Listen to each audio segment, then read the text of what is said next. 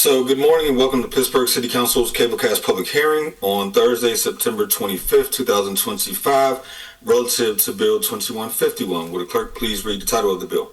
Bill 2151, Resolution approving a conditional use application under the Pittsburgh Code, Title 9 Zoning, Article 5, Chapter 911, Section 91102 for Pittsburgh Water property owners for authorization of new construction and site work at the Pittsburgh Water Campus located at 900 Freeport Road, Block and Lot 171B12, zoned RIV-IMU, Riverfront Industrial Mixed Use, 12th Ward, 9th Council District.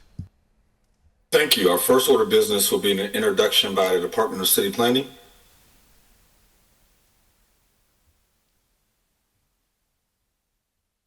Good morning, Council. Thank you, Council. If you would just give your name for the record and then you can begin. Okay. My name is Joe Fraker. I'm a senior planner with the Department of City Planning. So, good morning. Before you is a conditional use application, DCP ZDR 2024-00328, Council Bill 2025-2151. The conditional use was filed by Brown and Caldwell on behalf of Pittsburgh Water for demolition, new construction, and site work for improvements to the Aspinwall Water Treatment Plant site. This resolution is transmitted as a result of a favorable Planning Commission action on July 29th, 2025. A copy of the Commission report is enclosed in the materials transmitted to Council. Upon conclusion of the public hearing required to be held by City Council, this resolution may be enacted with 5 affirmative votes. As per 922.06.d.1, the City Council shall hold a public hearing on the conditional use application within 45 days of the Planning Commission's action on the application, unless the applicant has agreed to an extension of time. A letter has been provided by Pittsburgh Water authorizing this extension.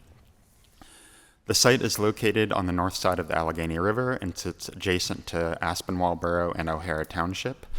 The site is bordered by Penn Central Railroad to the north and Allegheny River Trail Park to the west.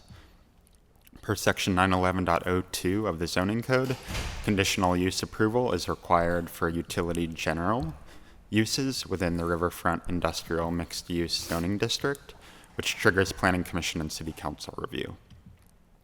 Per the Zoning Code, the Pittsburgh Water Aspinwall campus is deemed a water-dependent facility, which exempts the site from certain zoning requirements. The applicant proposes a new building for chemical storage that would replace the existing fluoride building on the campus. This building would be located within 125 feet of the riparian buffer, but is permitted due to the water-dependent status of the facility. The application also includes an 84-inch clear well bypass pipe to be constructed to the south of the existing underground clear well. It will tie into the existing inlet and outlet gate houses and will be in service while construction takes place on the clear well. The applicant notes that the construction of the clear well bypass necessitates the removal of trees within the riparian buffer. Given the site status as a water-dependent facility, the application is not required to meet the riparian buffer standards, so tree removal is not expressly prohibited. Given the necessity of the tree removal for the clear well bypass construction, city planning staff are permitting the applicant to move forward with replacing the trees with providing funds in lieu of tree replacement. In this case, the applicant has opted for funds in lieu, which comes out to a total of $636,000 for the removal of 2,122 combined inches of trees.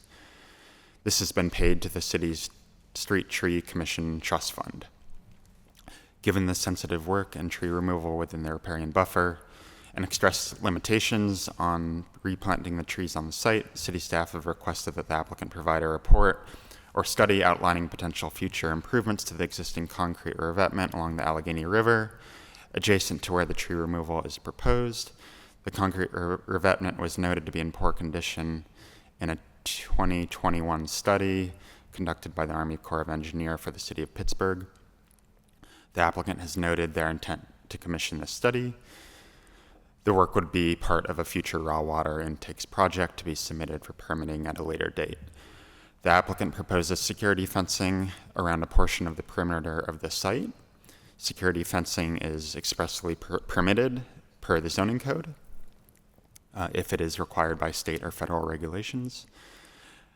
A development activities meeting was held with the Lincoln Leamington Collaborative on May 29th. A copy of the DAM report is attached to the council materials package. The application was reviewed by city planning and design staff, and there were not substantial comments. Review by the contextual design advisory panel was not recommended. The project is subject to the review criteria for conditional use applications set forth in 922.06.e.1, and these standards are included in the materials transmitted to council. With that, thank you for your time, and let me know if you have any questions. Thank you very much.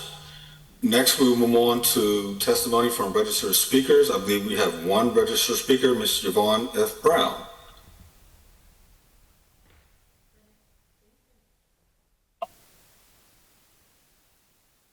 Is Ms. Brown with us? No, she isn't. Thank you. If not, we'll take testimony from anyone else in chambers. Is anyone else in chambers wishing to speak?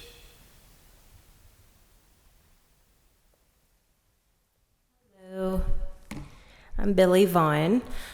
So I'm speaking today. Basically, this is like education, right? Because I am a community leader, so everything I do is just education. So there's something that I am trying to figure out, and the best way I know how is to come to you guys and speak, and hoping that I get a response later, because this stuff is not taught. So some of us that are grassroots, small organizations, we have to learn on our own. So I am trying to figure out how to use a garage space as a temporary place for my thrift organization that I have. And I've been going through like conversations with zoning, and they're telling me I need to like submit this building application and do a variance and all that, but it's temporary. It's only 2 months, and it's in Shadyside on Bellefonte. So I'm just putting it on record because it's a part of the process, because I have to figure it out. I'm not really looking for an answer. I just really want it to be on record. And hopefully in the future, this is more of a process that's easier for people that are just trying to be innovative with space. You know, we're trying to work, we're trying to create. This is something that I'm trying to do for the community, and it's been very difficult, you know. So I'm just trying to see if I have to do a building application and I have to get a variance, because it's already a commercial. I mean, not a commercial. It's already used as it's a garage. So do I need to do that just to use it temporary for the thrift? And if I do, like, what does that look like? Because I think the application process alone is 9 months, you know? So I just wanted it to be on record that I'm actually coming to council to learn and ask before I even try to do it.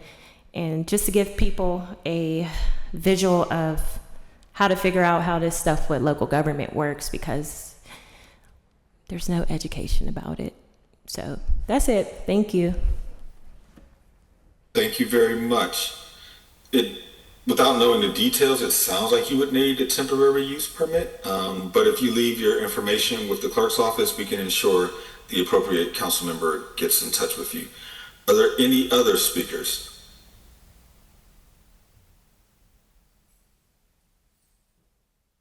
Any other speakers?